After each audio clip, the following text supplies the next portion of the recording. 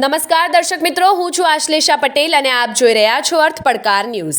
બજરંગ દળ દ્વારા શ્રાવણ મહિનામાં ધાર્મિક યાત્રાનું આયોજન કરવામાં આવ્યું, જેમાં ચાલો શ્રી બાબા બુઢા અમરનાથ।